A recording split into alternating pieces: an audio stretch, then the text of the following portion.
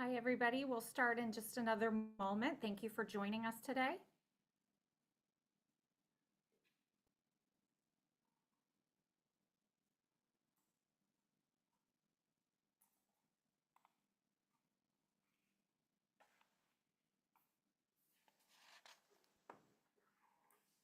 Okay, I see more and more people are joining. We're going to go ahead and get started. Good afternoon. Thank you to everyone for joining us today. We'll begin our health chat. I'm Shanna. I'm your moderator for today.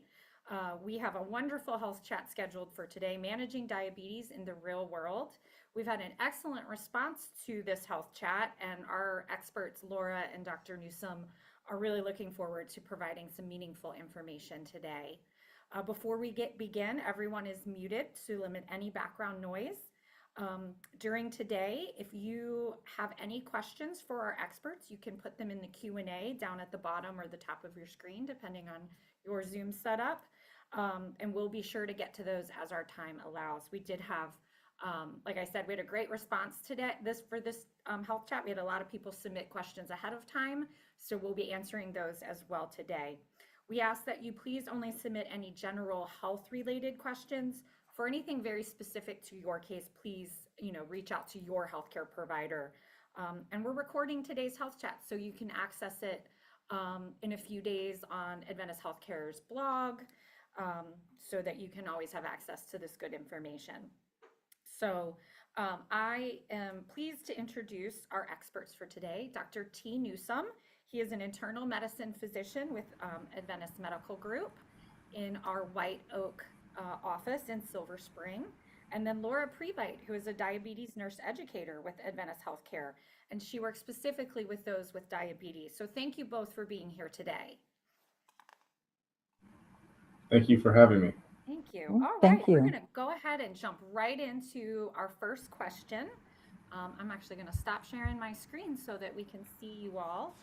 So first question for today is for Dr. Newsome. Let's start out with something very, just kind of gets everybody thinking about diabetes. But what are the recommended A1C and other blood sugar numbers that people on our call, on our Zoom today should know? Yeah, that's a great question. So we'll start with the A1C numbers. So hemoglobin A1C lets us know how well your blood sugar is doing over a span of about 2 to 3 months. And so a non-diabetic or non-pre-diabetic, quote unquote, normal A1C is anything less than 5.7. So that 5.6 or below is ideal for non-diabetic or non-pre-diabetic. Pre-diabetes is between 5.7 and 6.4 for your hemoglobin A1C, and then anything above 6.5 or above is considered in the diabetes range. So those are the A1Cs ranges that you should keep in mind. Blood sugars are a little bit more complex, and I won't get into all the minutia of it, but ideally, at least a relatively easier blood sugar to keep in mind if you're non-diabetic. Usually if it's fasting, less than 100 is ideal. Anywhere between like 70 to 100 fasting is ideal. 80 to 120 for diabetics for fasting, or if you haven't eaten or drank anything in the past like 8 hours or so, is a relative range for a diabetic patient. So those ranges can vary depending on the patient and your age and whatnot, but the A1Cs are usually a pretty good thing to hone in on when it comes to those numbers. Okay, so those are some really good numbers to keep track of as people progress. For sure, yeah, absolutely. Okay. And then one other question that came in is, has the range changed over time? Yeah, really good question. Yeah, so the range has changed. I think in the past, like years ago, they used to be a little bit more stringent in terms of A1C ranges, but they were finding that especially older patients were having a lot more issues with very low blood sugars, which can be pretty dangerous for individuals. So we've become a lot more lenient when it comes to A1Cs, especially for our older patients that have predisposition to having low blood sugars, because if they're on insulin or even medications that can drop your blood sugar, it can be very dangerous and even cause death if your blood sugar gets too low. So we have gotten lenient over the years as it pertains to the A1Cs, especially for our older patients. Okay, so really important to stay in touch with your doctor about what's right for you. For sure. All right. Question for Dr. Newsome again. And Laura, if you have anything to add, please jump in. But you mentioned what pre-diabetes. What is that? Good question. So prediabetes can be a little bit tricky. So I kind of look at it or think about it in a range of non-pre-diabetic, pre-diabetes, and then diabetes. So once you become a diabetic, it can be really challenging to, I guess, undo the diabetes, if you will. But pre-diabetes is that range where you're starting to teeter on becoming a diabetic. And it's really, really important to really follow the instructions of your healthcare provider and really hone in on your diet and exercise to make sure you don't teeter over into that range of diabetes. So with prediabetes, that's when your body is still making insulin, but you're starting to have what's called insulin resistance. So when the body is making the insulin, it's unable to use it as well as individuals that are non-diabetic or non-pre-diabetic. And so even though you're making the insulin, it's hard to get the blood sugar out of your bloodstream into your tissues to utilize it. So it becomes quote unquote resistant. So the insulin's unable to be used very well. So your blood sugars end up being higher than what everybody else's or what they should be. So it's kind of like a rough detail, a rough explanation of pre-diabetes. So increased insulin resistance has occurred for pre-diabetics. Thank you. I know it's a complicated disease. It is. It can be Um, very complicated for sure. which is why doing things like this is really helpful for people to manage it. For sure. Yeah. Um, Another question for you, Dr. Newsome, that came in, and then we'll switch over to Laura. Um, we had a lot of questions come in about insulin and how people should manage their insulin, the highs and lows of blood sugars. What is something you can share about to help sort of guide people around insulin use? Yeah, it's a really good question. So my recommendation for insulin use is make sure you have a plan with your healthcare provider. Whoever is managing your insulin, sometimes it's your primary care provider, like myself, sometimes it's your endocrinologist. Those are the individuals that should be making formulated plans with you to make sure that you know if you're doing like a sliding scale insulin, how to navigate that sliding scale. If you're on a long acting insulin, which doses you should be taking. When people get into trouble, if they start to try to make too many adjustments on their own, they end up having very low blood sugars or excessively high blood sugars because there is a science that goes behind those type of management skills, which should be done by your medical provider or your physician. So it can be kind of hard to navigate that for in a general aspect. So I usually will just say, make sure that you talk to your healthcare provider so they can make a plan for you because it can change and based off of what's going on in your life. If you're traveling or if you're fasting, because some people for various religious reasons go through fasting periods and whatnot. And so all those things can change. It's not one size fits all, unfortunately. Okay, thank you. So again, we emphasize again staying in close contact with your healthcare provider. Please, please, please. All right, Laura, a question about, and this is actually a great segue from what you were saying, Dr. Newsom, how everybody's different and life, kind of throws you things and you may have to make adjustments. Eating out, how can someone with diabetes handle eating out? Because oftentimes there's not any information about the nutritional, what they're getting when they're eating out.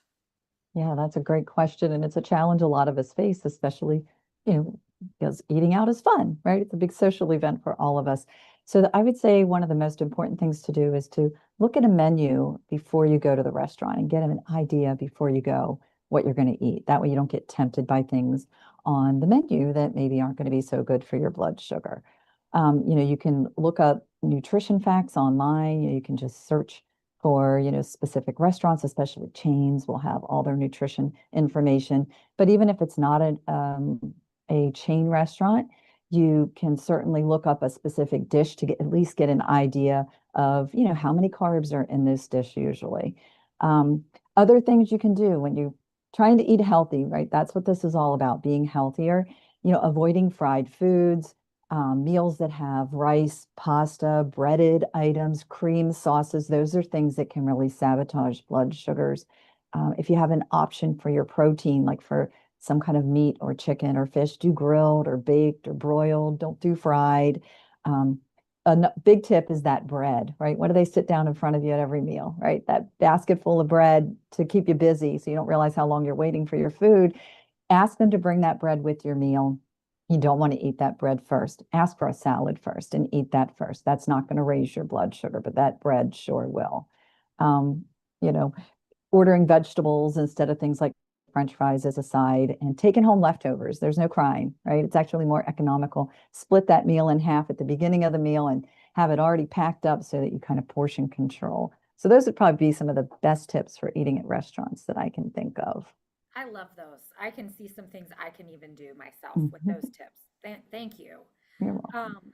Dr. Newsome actually mentioned if you're traveling, that might mean you have to make some adjustments. Again, what are some tips for traveling to help you manage your diabetes? Yep. So when I can't, some people tell me all the time, right, I'm getting ready to go on a trip. What do I do? My like the most important thing is to make sure you take extra doses of medication, at least 7 to 10 days, depending on how long you're going to be gone. Make sure you take extra testing supplies if you're wearing a continuous glucose monitor or use an insulin pump. Definitely take extra supplies for that. So you never want to get stuck somewhere, where your flight gets delayed or something else happens that delays your return. You want to be prepared for that. Um, Insulin, traveling with insulin is always a big concern for people. They do sell, you can search these like insulin cooling cases that are really cool.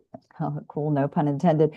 They're really great. Some of them, you just get them wet and it keeps them cool. So you can slip your insulin pens into those. And all you have to do is keep them wet every couple, like 2 or 3 days. You just get it wet again and it keeps it cool. Um, Always keep medications with you. That's another big one. Don't put it in your checked luggage if you're flying. So, make sure you always have control of where your medicine is so you don't lose it. And if you're wearing any kind of technology, let TSA know before you go through the scanners, and then you don't have to have one of those body scans, right? You just let them know ahead of time. All Yeah, right. Thank you. you're welcome. Dr. Newsome, next question for you. And I think this is a great question. We don't talk about this enough. Sleep. What is the recommended amount of sleep? And is it different for someone with diabetes? How can, interrupted sleep affect diabetes? Talk a little bit about the importance of sleep here. Yeah, that's a really, really good question. We don't talk nearly, I know I don't talk enough about with my patients, but I usually recommend 6 to 8 hours of sleep for most adults. Sleep or lack of sleep can increase stress levels, and stress levels can actually have negative consequences on your diabetes or your blood sugar. And so making sure you're getting the needed amount of sleep is very, very important. Another aspect of interrupted sleep, because you said that specifically, when people have interrupted sleep, they often snack, right? So, choosing unhealthy snacks in the middle of the night because you're up now, like, I'm a little hungry just because I happen to be up. But if you were sleeping, you wouldn't eat. So, if you're getting uninterrupted and comfortable sleep, you're more well rested, you're less stressed, you're less likely to snack on bad things in the middle of the night as well. That ends up just getting stored as fat, probably most likely. So those would be my recommendations. I usually say 6 to 8 hours of uninterrupted sleep. All right. Thank you. Yeah, I was thinking about, if you stay up too late too, maybe you'll sleep through, but if you stay up too late, you're going to snack too. So make sure you prioritize that sleep. Absolutely. All right. Next question for you, Dr. Newsome. How much physical activity is recommended and how much can exercise or even just little things, little physical activity can improve A1C or blood sugar numbers? Yeah, physical activity is really, really important, especially for pre-diabetics. I usually will really push them to make sure that they're staying very active and being consistent with their activity because the main goal for pre-diabetics is to make sure they don't become diabetics or reach that 6.5 or above A1Cs. Even our diabetics, I always tell patients that, there's a big difference between diet. There's a wide range of diabetics. There's very well-controlled diabetics that are on few medications, if any, most are on some type of medication. Then there's uncontrolled diabetics or poorly controlled diabetics that tend to need a lot of medication, especially insulin and things of that nature. So you never want to get onto the latter end where you're uncontrolled. But as it pertains to your question of exercise, exercise can lower A1Cs in a tremendous way, especially if you're consistent with it. I don't tell patients that they need to run marathons weekly or anything crazy like that, but 3 to 4 times a week of strenuous exercise is getting the heart pumping.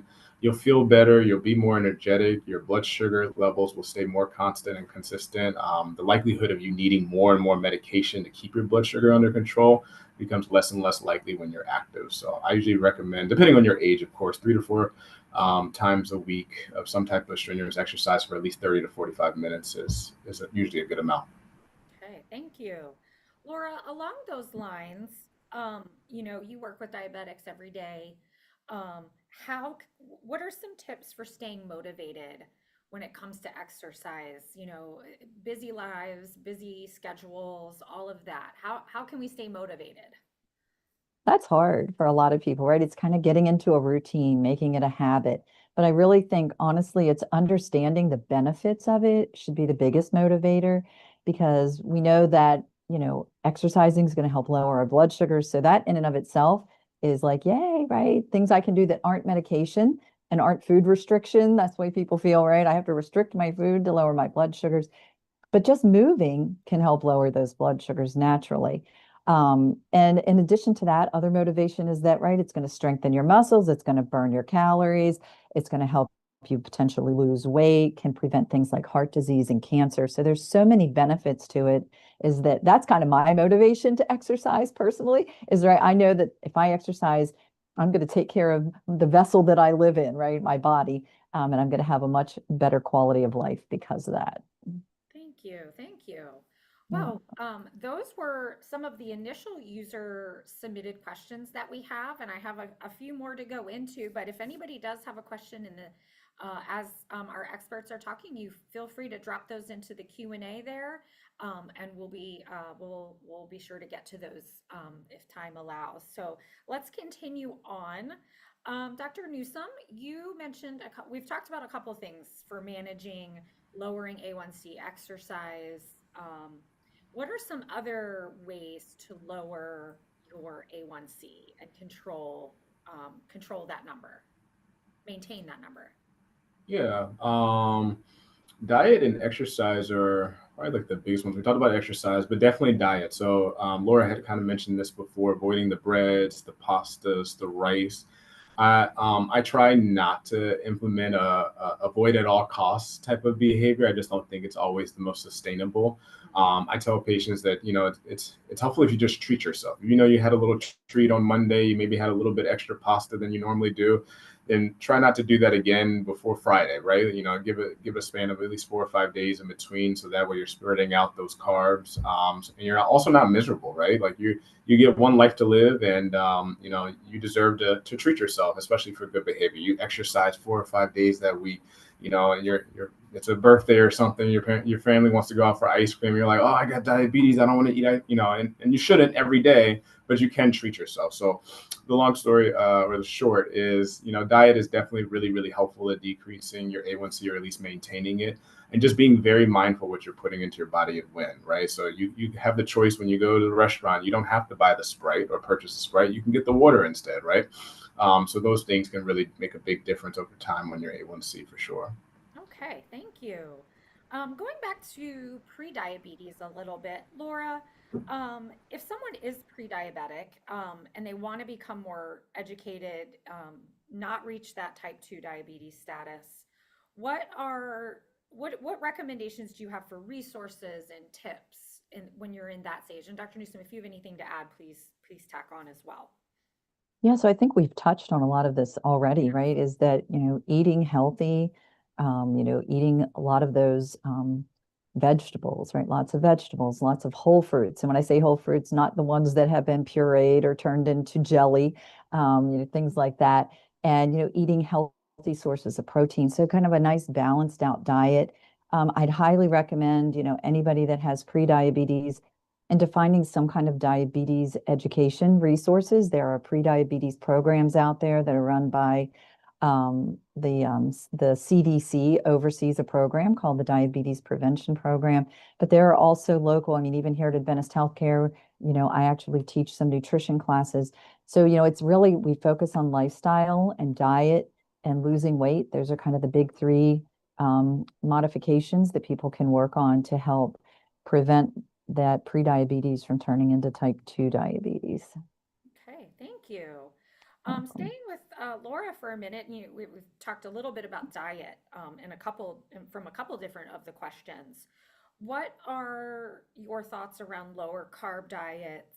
Um, is there any recommendations around carbs and um, specific diets or specific tips for type 2 diabetes when it comes to, um, having a healthy diet? Yeah, so that's a good question. I get asked that a lot, right? Can you just give me a diet, right? Tell me what to eat. And I wish it was that simple, but it really is just, I don't like the word diet to begin with because it sounds temporary, right? It sounds like a means to an end.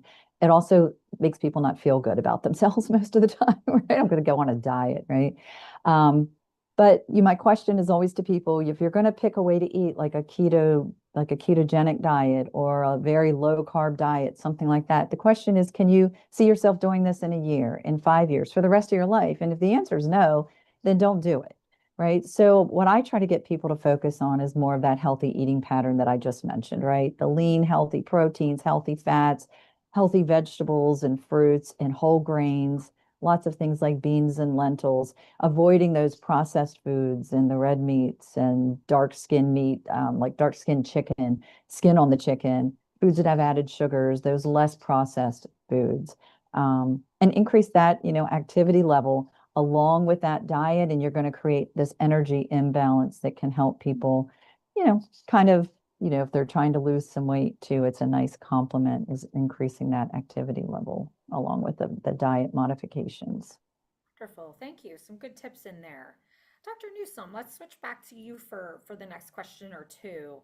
Can you talk about managing type 2 diabetes with possibly someone who has another condition like chronic kidney disease, for example? What are some tips or ways to manage those together?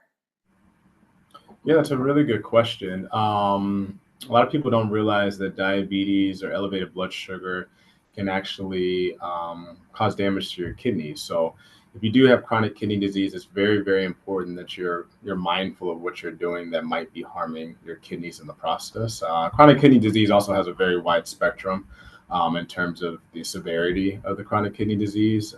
But ultimately, if you have chronic kidney disease plus, heaven forbid, poorly controlled diabetes, you can tip over into what we call end-stage kidney disease, which can be dialysis bound, if you will, which nobody necessarily or shouldn't want.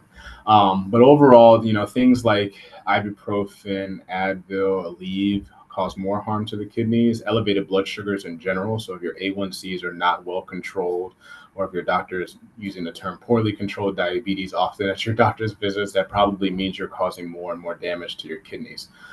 So making sure that you're well aware of what type of medications, what type of foods is a little bit tricky for chronic kidney disease. Not to say they don't necessarily matter, but they're not quite as significant. But things like high blood pressure, right? We don't talk about that as well enough, but that can cause more damage to your kidneys too. So if you're an individual that has normal blood pressure, and then all of a sudden you're eating lots of things with salt for whatever reason, and your blood pressure gets too high, that for a patient with chronic kidney disease and diabetes is going to cause insult to injury to your kidneys overall.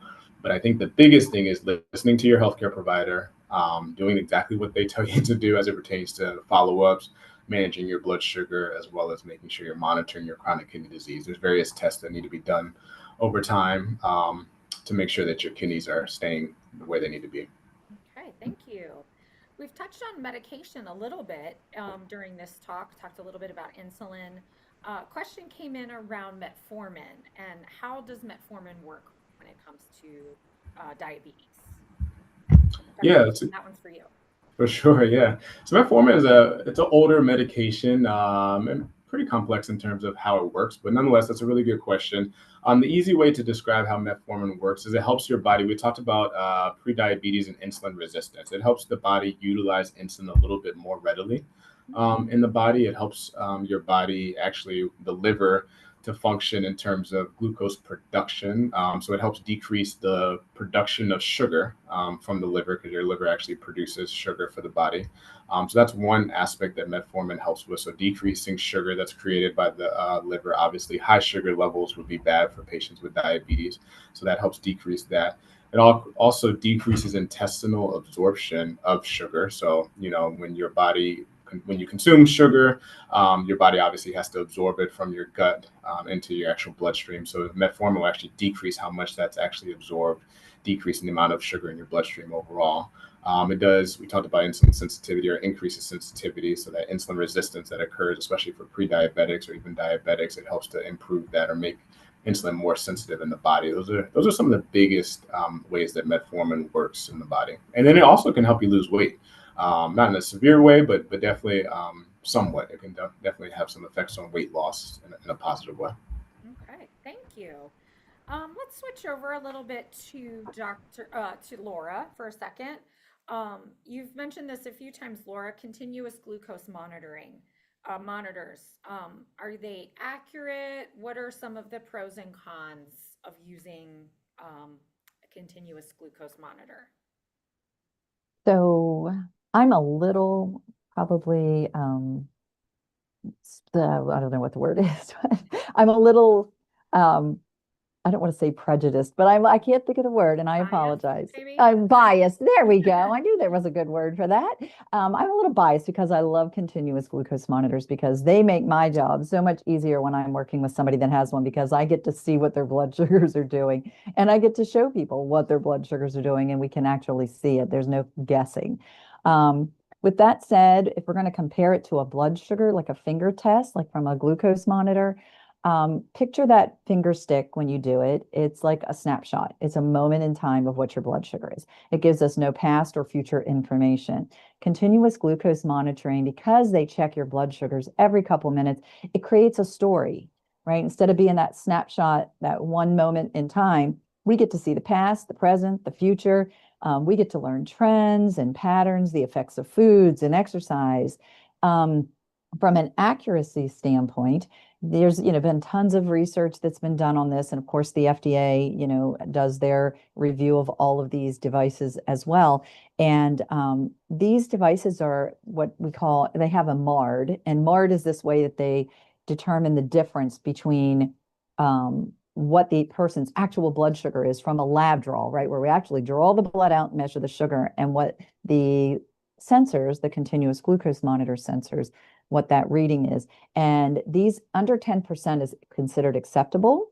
So like a 10% difference between the finger stick or a blood draw and the sensor reading. And most of these sensors now are around 8%. So pretty accurate.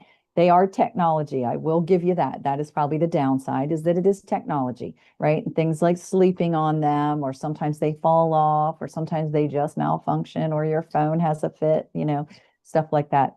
But if you can get over kind of all the technology, that we deal with these days, if you can kind of set that aside, they are really an excellent tool to help people learn about their blood sugars, whether they have prediabetes or type 2 diabetes. Wonderful, thank you. Along those You're lines, welcome. Laura, Mhm. glucose testing strips. Any tips on how to use those, when to use those, when to talk with your doctor? Yeah. So if somebody's doing finger like blood sugar testing, and they're testing every morning, right? Fasting before they eat anything, and they're like, why am I doing this? Right? What am I doing with this number? And I usually agree with people. I'm like, yeah, I don't know why. So I usually tell people, I call it, I don't know if there's an official name, but my official name is called strategic blood sugar testing, is to test your blood sugar before you eat. Our goal is to be less than 130, according to the American Diabetes Association.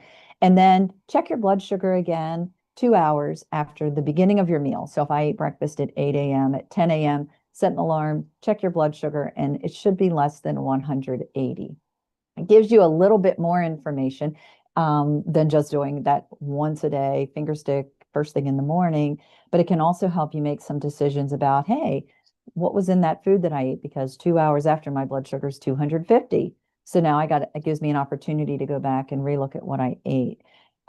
So there are ways to use blood sugar testing to help you get some really good information. But again, it's not as good as a CGM. I sound like a commercial, but I'm just telling you, I love CGMs. Thank you.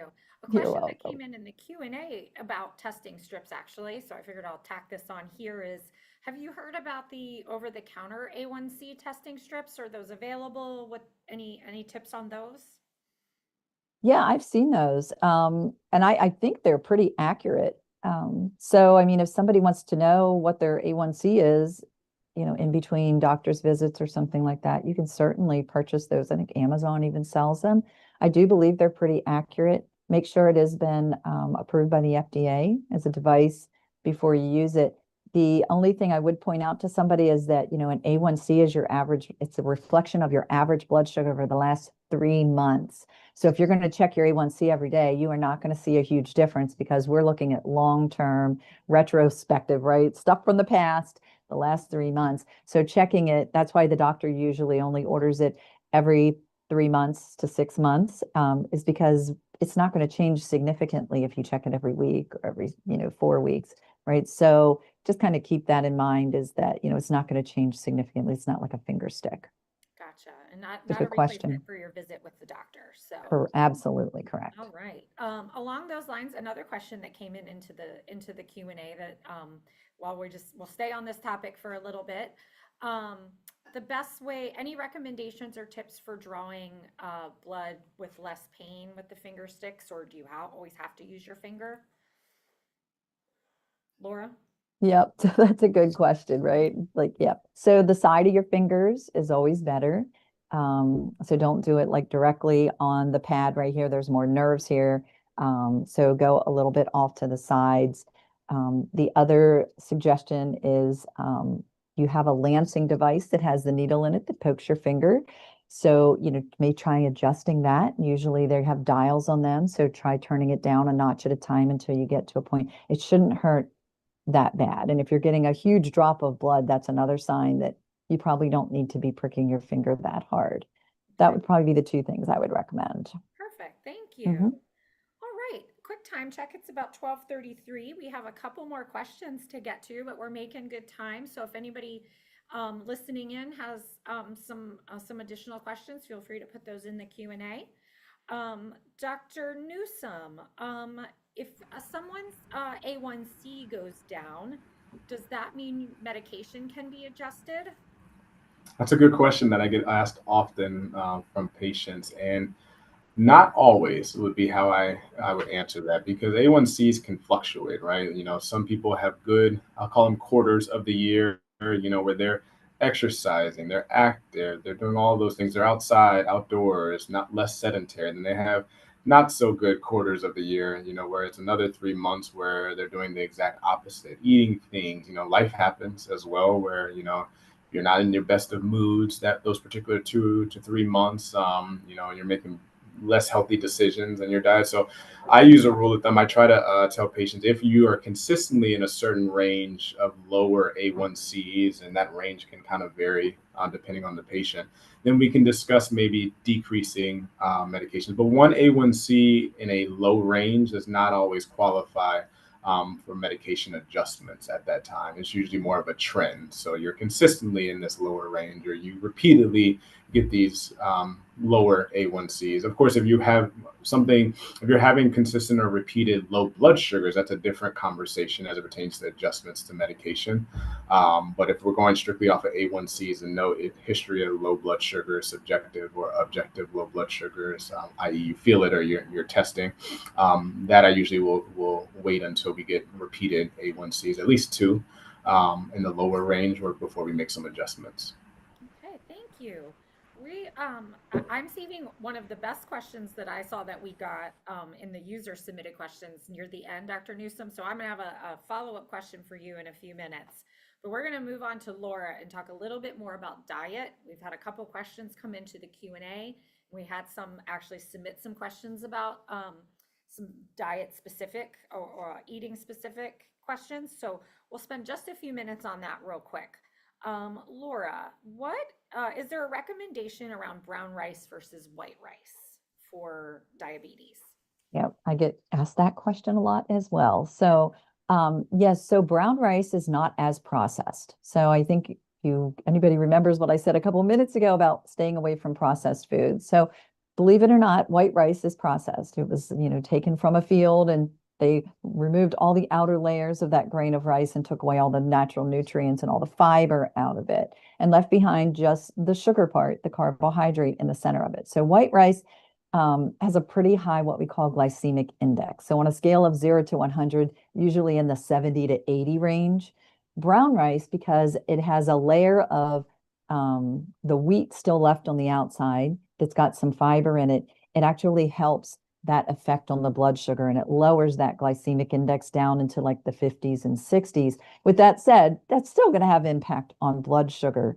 So, the way you cook it can, change the way that it breaks down. What I usually recommend if you're a rice eater and you want to continue to eat rice is to cook your rice, refrigerate it overnight, reheat it the next day. And that kind of locks in some of the starches or the carbs or the sugars that are in that rice. It locks them up so that they can't be absorbed into your bloodstream. It, again, reduces the effect on blood sugar, but doesn't make it a freebie by any mean. And that's called resistant starch is what that's called. So cook it, refrigerate it, reheat it. It's going to have better impact on your blood sugar, but you still got to watch how much of it you eat. Gotcha. Thank you. You're You welcome. mentioned fiber. Any particular tips around fiber, or in particular with older adults as well? Yeah, so fiber is our friend. I brainwash everybody that comes to any of the classes that I teach about fiber is your friend. Fiber digests really slowly. It is a carbohydrate, but it's very fibrous. So it takes a long time for it to digest, and it usually doesn't have any impact on our blood sugar because of that. The trick is to increase, if you're not eating a lot of fiber and you're thinking, oh, hey, right, fiber's my friend, I want to start eating more. Don't go out and start eating tons of fiber because your body kind of has to get used to it. If you eat too much of it too fast, you're going to end up with like gas, bloating, nausea. You're not going to feel so good. You also have to make sure that you drink plenty of water because if you don't, that fiber's just going to kind of, I always picture clods of grass out in the yard and on a hot summer day, right? There's all that caked together. It's kind of what happens to fiber if you don't drink enough water, and it's going to clog things up. So you want to drink plenty of water, but I recommend just adding a few grams of fiber to every meal through the day and gradually increase that total fiber. The recommendations currently from the American Diabetes and the Heart Association are between 25 to 38 grams of fiber total throughout the course of the day. The average American is only eating, I think, around 15 or 16 grams a day because of all the processed foods that we eat, all that processing removing that fiber. But one more thing about fiber is not only does it help your blood sugars, but it helps them like be more stable. It's going to keep them from spiking up. If you eat high fiber foods, it's going to keep that blood sugar from spiking, but it can lower your cholesterol, can decrease the risk of colon cancer and other heart-related illnesses and diseases. So lots of good reasons, kind of like exercise, right? Lots of reasons to exercise, lots of reason to eat lots of fiber. All right, thank you. One You're last welcome. question around diet. Have you been asked this before, but can you provide any information about cinnamon and any other sort of natural things that may help balance out blood sugar? Yeah, cinnamon. And I don't know, Dr. Newsome, if you have any thoughts on cinnamon, but I will tell you the research is very mixed on this. The American Diabetes Association does not recommend cinnamon as any kind of a treatment. But, if it's the cinnamon out of the shaker, right, or out of the container, you're adding it into your food, it's not going to harm you. You got to watch with some of the supplements. I do believe that I read some of them can be contaminated with lead. So you definitely want to make sure for any supplement that you always talk to your healthcare provider first, right, Dr. Newsom?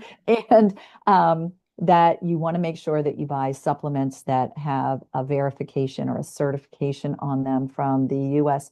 Pharmacopoeia, USP, or NSF are the two big ones. So you want to make sure any supplement that you use is certified because the FDA does not regulate supplements. Berberine is another one I get asked a lot about, and there is some evidence that it can potentially have some blood sugar lowering effect.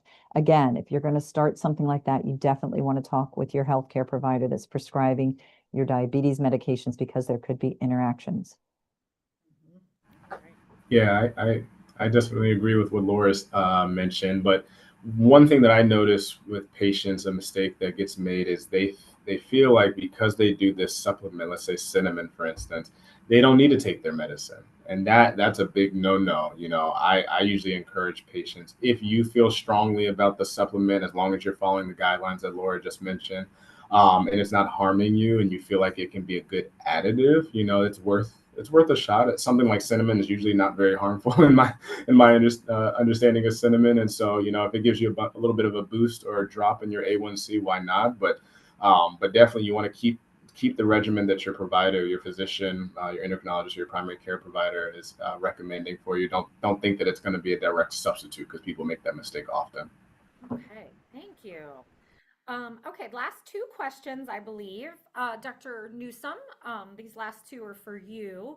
Someone dropped into the chat about, could you speak a little on, and I believe this is another medication, Genumet, for example. Is that a different kind of medication than metformin, or anything you can add on that question?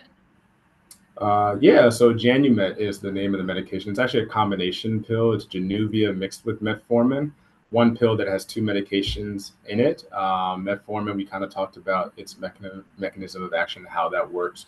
Januvia is a slightly different medication that oof, take me back to Mexico. In terms of Januvia, it ultimately can help lower your A1C in different ways than metformin specifically. It's a pill that you would take.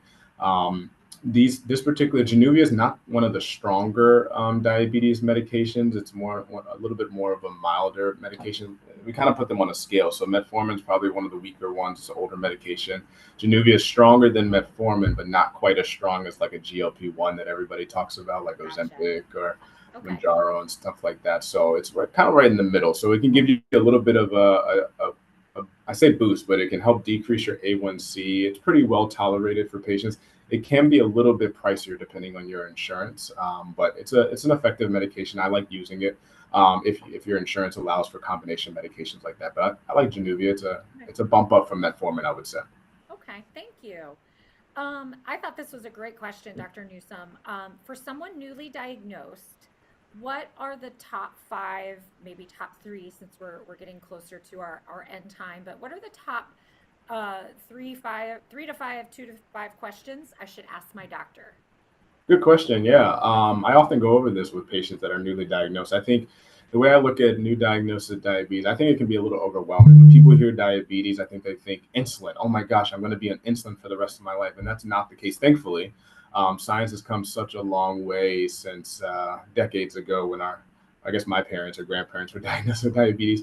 But nonetheless, the good questions to ask are, and I get asked this often, if I have diabetes today or if I'm diagnosed today, does it mean I'll have it for the rest of my life? The answer to that is yeah, typically. It's really hard to get away from a diagnosis of diabetes once you've been diagnosed, especially depending on what your A1C is at the time.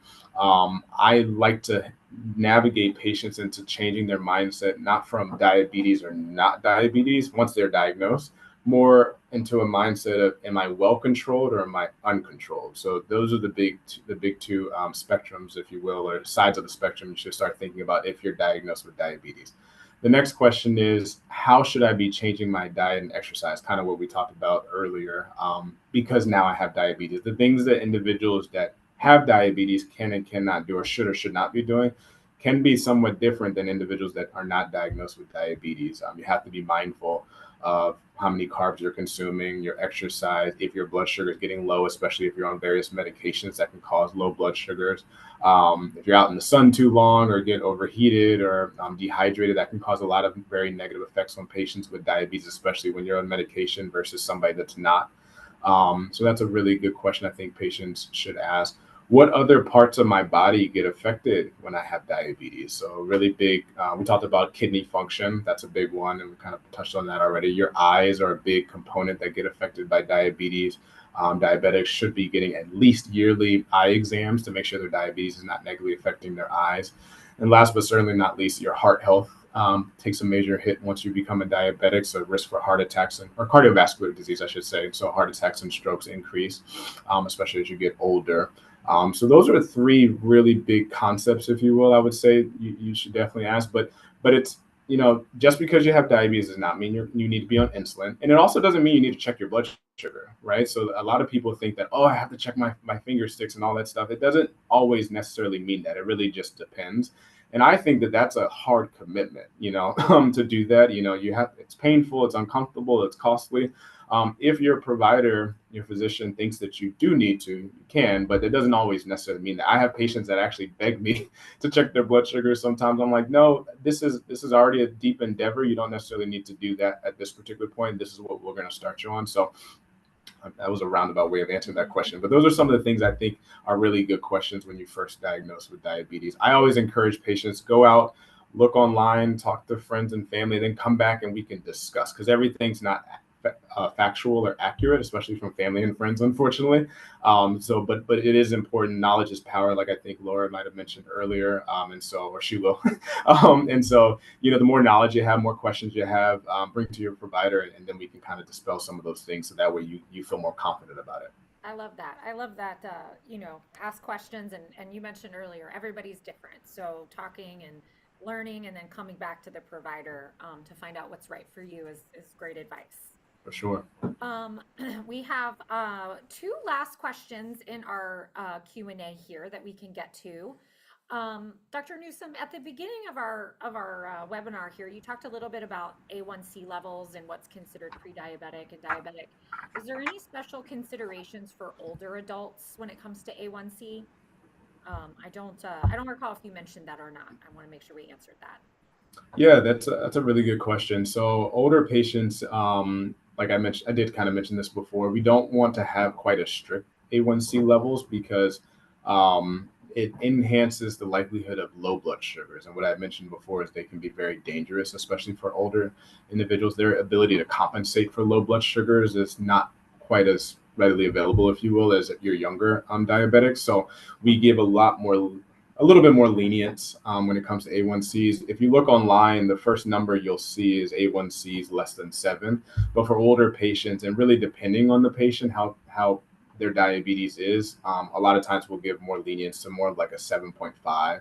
And sometimes, depending on the patient, maybe even 8, but that's very specific for a certain patient population. But overall, it's more lenient for older patients because we're fearful of significantly low or severely low blood sugars. Gotcha. Okay, thank you. Laura, question for you. You talked a little bit about fiber and digestion, but can you just, to any latecomers to our webinar today, any suggestions around fiber and digestion, just to kind of help that a little bit?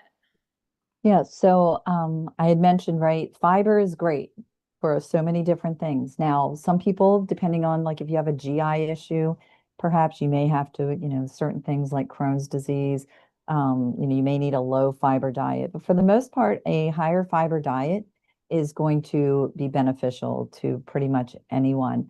It's going to help kind of regulate or stabilize the rate of digestion, and also the digestion of those carbohydrates that turn into sugar, right, and raise our blood sugars. So, as I said, right, too much fiber can be a problem, right? Especially if you do it quick, if you increase the amount you're eating rapidly and you don't drink water, you are definitely going to get a big bloated belly and a big old bellyache along with it. So do that gradually. If you kind of think about 25 to 38 grams of fiber and you eat 3 meals a day, you're looking at somewhere between like 8 and 12 grams of fiber in a meal. If you're having some snacks in there, you can add some fiber into those as well. And so spreading it out through the course of the day can actually help digestion. But yeah, I would say if you're saying too much fiber, yeah, that can actually cause some problems, especially if you're not drinking enough water. Okay. One other question from the chat, maybe Laura, you may be familiar with this, but is there anything to add or talk about is the Libra 3 patch? Is that a type of glucose stick, or? It's the continuous glucose monitor. Okay. Yes. Yep. So the Libre 3 Plus is the current one. Yep. And so that's a 15-day wear patch. Like I mentioned earlier, right? You get great information, but it is technology. And so, sometimes people will get I will call them a bad batch, where they're like, oh my gosh, these are all malfunctioning, but The companies are pretty good, right? You call and say, hey, I've got this sensor that's not, working properly, or it fell off or whatever. They're usually pretty good about replacing that, unless you start calling them like every other day, then they're going to have a little problem with that. But I like all of I shouldn't say all of them, but the two main ones that are out there are the Libre 3 and the Dexcom G7. Those are the most popular ones that we're seeing right now. And I do like both of them. They both have kind of like their strengths and their weaknesses, but for the most part, they do what they're supposed to do, and they give us the information that we need. Okay. One last question from the chat, and then we'll close it out. Mhm. I actually had to look this up myself, Laura. This might be for you, but the pistachio effect, have you heard of that? Is that related to anything you've heard of? Well, It's I know something they're like like, that. yeah, I mean, pistachios are these like little like superfoods, right? You've got a little bit of carb, but you've got some fiber to offset it. You've got, you've got no added sugar, obviously. We've got protein. We've got lots of healthy, unsaturated fats in those. And so they can be a great supplement. I usually recommend pistachios, walnuts, almonds, Mhm. if you need to add some protein into your diet somewhere with a snack. But I'm not exactly sure. I honestly would have to look up something specifically called pistachio effect, because I haven't heard of that one, but I will be looking that up. Okay. Thank you. Yeah. Yeah. And Sorry, I couldn't answer that. no, that's okay. Oh, Dr. I'm no help with that one either. Sorry. I was gonna quickly try to Google it, but That is okay. It sounded like though pistachios just in general can be a helpful part of someone's diet. So we'll leave it at that. All right. I am going to share my screen one more time. We have some final tips from our experts today. So let me get to that screen real quick. I'm going to hit share there. We're going to go here and share. All right. All right, hopefully everybody can see my screen there. Dr. Newsome, you had 3 tips to end our call today. yes, I did. Thank you. So really important, having diabetes does not mean you need or should be missing meals. A lot of people think, oh, I gotta skip breakfast or skip lunch, or I'm only eating 2 meals now to help reduce my A1C or get my blood sugar under control. Especially for diabetics, that can actually be pretty dangerous, depending on what medication you're on. It can drop your blood sugar too low, and it can actually make it really challenging for your physician to or your provider to be able to regulate your blood sugar, especially if you're having too frequent of low blood sugar. So it does not necessarily mean that. 3 meals a day is what I usually recommend, and then if you're going to snack, just healthy snacks in between is actually a better option than that. Next tip that I recommend is everyone's diabetes is not the same. So people often say, oh, well, my aunt did this, or my cousin does this, or they have this, or take that. I want to take that too. That doesn't always correlate to your diabetes. A1Cs can be drastically different. Responses to medication, side effects to medications from person to person can vary, even if you're in the same family, shockingly enough. So what works for one person may not work as well for the next person. So that would be my second tip. And then last but not least, with diabetes, it is very important to keep all of your scheduled appointments with your healthcare providers and follow their instructions as much as possible to help prevent future complications associated with your diabetes. Time and time again, I have patients that I try to work with and say, hey, I need you to come back to the office for, so we can see each other. They miss their appointments, and guess what happens? A1Cs go through the roof. They start having complications, heaven forbid, even end up hospitalized because their blood sugars are just not well controlled. They start having various complications with their vision and eyesight and their kidneys as well, depending on how severe it is. So if you keep your appointments, we can navigate it together, or even with your provider specifically, and help prevent some of those later aspects of the disease from occurring, or at least put it off until much later in life if it does occur. Wonderful. Thank you for that. And Laura, you had 3 quick tips as well. Yep. So this is a pet peeve of mine, right? Don't use social media for health advice unless it's a reputable source. So like our podcast, or not podcast, but our webinar, our health chat here today, right? This would be a Podcast reputable too. source. And our podcast too. That's right. So, I hear all the time from people, right? TikTok. Oh, I saw on TikTok. I saw Oprah said this, or Dr. Oz, right? If it sounds too good to be true, it most likely is. And so go looking for those answers. If you found that on TikTok or YouTube, you obviously know how to use a computer. So go look for good information that's coming from a reputable source. Got it. My second tip is to give yourself grace. It is okay to be a human. Diabetes is a 24/7 job. You have to think about what you're doing, what you're eating every day, every time you turn around, right? So we don't expect you to be perfect.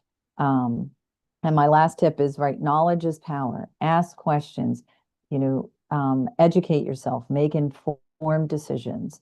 Um, go to diabetes classes, or some kind of or go sign up for webinars, anything like that. Listen to reputable podcasts, right? Arm yourself with the information. All right. Those are some excellent tips. Well, thank you to everyone for joining our health chat today. I hope you found this information really helpful for you and beneficial. If you would like to look into other wellness classes, future health chats, please check out our website, adventisthealthcare.com. Click on classes and events for all the latest information. Laura does offer diabetes related workshops and classes you can find there. You can also learn more about Dr. Newsome by visiting our website, adventisthealthcare.com. Search Find a Doctor, and you can find Dr. Newsome. He's an excellent physician over in the White Oak area. And we'll send some follow-up. We'll send a follow-up email to our attendees tomorrow with any links that we talked about for today. Thank you to Dr. Newsome and Dr. Newsome and Laura for all of these questions. These were excellent tips. I learned a lot. I had some tips that I'm going to take away too. So thank you for being here and taking time out of your day. Thank you for having us. Yeah, thank you.